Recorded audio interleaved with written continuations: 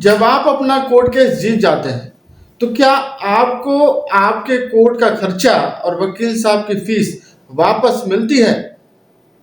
जवाब सुनकर आप चौंक जाएंगे। अगर मैं आपको ये कहूं कि कोर्ट का पूरा खर्चा और वकील साहब ने जितनी भी फीस ली है सारी आपको कोर्ट के ऑर्डर के थ्रू वापस मिल जाएगी, तो शायद आप यकीन नहीं करेंगे।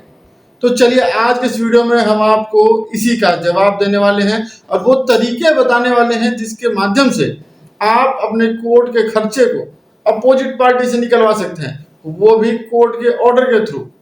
चलिए शुरू करते हैं। दोस्तों, सीपीसी के सेक्शन 35 में कॉस्ट को लेकर के प्रोविजन ऑलरेडी दिया हुआ है, लेकिन हमें अप्लाई किस प्रकार से करना है, किन बिंदुओं को ध्यान में रखना है कि जो इस वीडियो का मोटिव है उस मोटिव के अकॉर्डिंग आपको आपका उसका बेनिफिट मिल सके, उसको हम स्टेप बाय स्टेप बताएंगे और हर स्टेप आप प्रॉपर्ली देखें, समझें और उसके अकॉर्डिंग अगर फॉलो किया जाएगा तो कंफर्म आपको उसका बेनिफिट जरूर मिलेगा।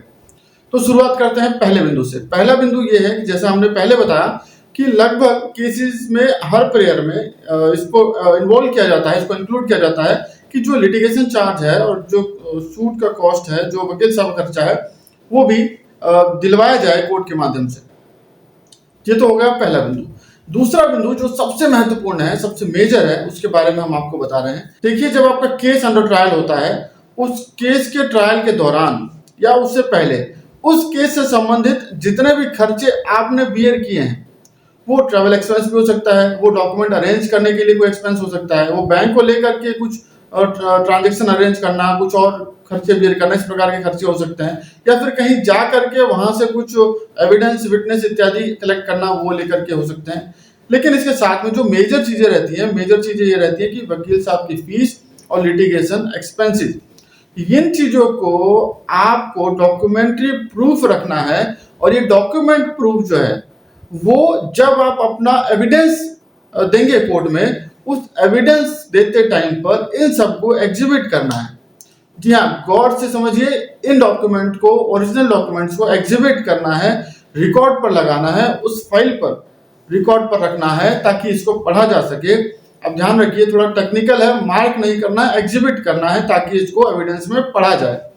जब आप इनको एविडेंस में एग्जिबिट करेंगे तो ये सारे डॉक्यूमेंट्स जब आपके एविडेंस को देखा जाएगा, उनको समझा जाएगा, तो जज साहब को हर एग्जिबिट पर अपने कमेंट पास करने होते हैं, उस पर स्पीकिंग ऑर्डर देना रहता है। तो आपके जब ये डॉक्यूमेंट एग्जिबिट रहेंगे तो इस पे जज साहब को कंसीडर करके इस पर एक्शन लेना ही लेना पड़ेगा।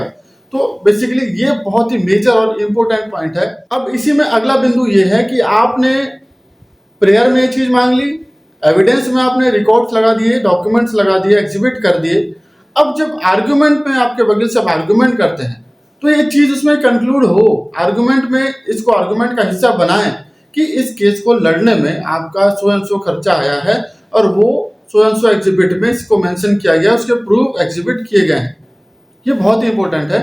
और इसके बाद जब आपकी आर्गुमेंट भी प्रॉपर हो जाती है, वो एग्जिबिट को आप वहां पर मेंशन कर देते हैं, इसके बाद जो अगला स्टेज है वो ये है कि आप उसी आर्गुमेंट में कोर्ट को ये भी बताएं कि जो खर्चे हैं वो आप एक्स्ट्रा नहीं मांग रहे हैं, वो खर्चे जो एक्चुअल खर्चे हैं, जो रियलिस्टिक खर्चा है, आप केवल वही मांग रहे हैं। यानी आप केवल अपने खर्चों को कंपनसेट करना चाह रहे हैं, आप कुछ अलग से कुछ एक्स्ट्रा अमाउंट के लिए क्लेम नहीं कर रहे हैं। अब यहाँ पर दो फायदे हैं। पहला फायदा जो वकील साहब को है वो ये है कि उनका बिल एडवांस में रिकॉर्ड पर आ जाएगा। यानी जो बिल उन्होंने म्यूचुअल कंसेंट से बनाया है वो बिल रिकॉर्ड का हिस्सा बनने के बाद क्लाइंट को वो बिल पे करना बाध्यता हो जाएगी और उनको वो अमाउंट पे करना ही पड़ेगा, जो कि करना भी चाहिए। दूसरा ये है कि ये जब रिकॉर्ड एग्जिबिट के थ्रू उस फाइल पर आ जाएगा तो क्लाइंट को भी ये प्रूव करने में आसानी होगी कि वास्तविक खर्चा वकील साहब का ये हुआ है। क्योंकि ये खर्चा प्राइवेट कॉन्ट्रैक्ट के थ्रू होता है तो अलग अलग वकील साहब के अलग अलग फीस के क्राइटेरिया हो सकते हैं। इसीलिए जब आप बिल को एग्जिबिट करके रखेंगे तो रिकॉर्ड इस चीज को साबित करने के लिए पर्याप्त होगा कि वकील साहब ने कितना फीस लिया है और कितना खर्चा आपकी जेब से वकील साहब की फीस के तौर पर दिया गया है। तो इसको प्रूव करना बहुत इंपॉर्टेंट है, क्योंकि जनरली जैसा हमने आपको पहले भी बताया है कि कोर्ट अगर आपको एक्सपेंसेस देता भी है और आप रिकॉर्ड नहीं लगाते तो वकील साहब के फीस के तौर पर 10,000, 15,000, 20,000 25,000 अधिकतम, इस तरीके से कोर्ट जो है कंसिडर करता है और इस प्रकार की फीस तय करके एक्सपेंसिव दिलवाता है। लेकिन जब ये रिकॉर्ड पर ये कागज रहेंगे तो कोर्ट को ये खर्चा दिलवाने के लिए ऑर्डर करना पड़ेगा। अब यहाँ पर एक और बात सामने आती है कि हमने एक्चुअल और रियलिस्टिक कॉस्ट की बात कर ली, लेकिन जहां पर आपको कुछ ऐसा खर्चा हो गया है, आपको इस प्रकार का कुछ नुकसान हो गया है जो जिसका रिकॉर्ड नहीं है, तो उसके लिए भी सेक्शन 35 में प्रोविजन दिए गए हैं। उन प्रोविजन में यदि अपोजिट पार्टी की तरफ से कुछ डिले किया गया है या फिर कोई फॉल्स एविडेंस लगाया गया है, कुछ फॉल्स यानी प्रोसेस जो है लॉ का उसका अब्यूज ऑफ प्रोसेस किया गया है, इस प्रकार की चीज अगर फाइल पर प्रूव हो जाती है तो उसके लिए हैवी कॉस्ट इंपोज किया जा सकता है अपोजिट पार्टी पर। तो ये जो स्टेप हमने आपको बताए हैं, इस स्टेप को जब आप ध्यान में रखते हुए अपने केस को फाइट करेंगे, ट्रायल को मजबूत बनाएंगे, एविडेंस को मजबूत बनाएंगे, तो जाहिर सी बात है कोर्ट को इस पर विचार करना पड़ेगा और आपको आपके केस का खर्चा, लिटिगेशन चार्जेस और वकील साहब की फीस अपोजिट पार्टी के थ्रू आपको केस जीतने पर कोर्ट के ऑर्डर के थ्रू मिलेंगी, जिससे आपको जो है केस को लड़ने में जो खर्चा हुआ है वो रिकवर हो जाएगा। तो दोस्तों, उम्मीद करता हूं इस वीडियो के माध्यम से एक महत्वपूर्ण जानकारी आप तक पहुंची है। इस वीडियो को हर एक व्यक्ति तक शेयर करें ताकि वो भी अपने कोर्ट खर्चों को अपोजिट पार्टी से रिकवर करा सकें। तो दोस्तों, अगर इस टॉपिक से संबंधित कोई प्रश्न आपके हैं तो कमेंट करके अपने प्रश्न जरूर पूछें। 24 घंटे के अंदर आपको आपके प्रश्न का जवाब मिल जाएगा।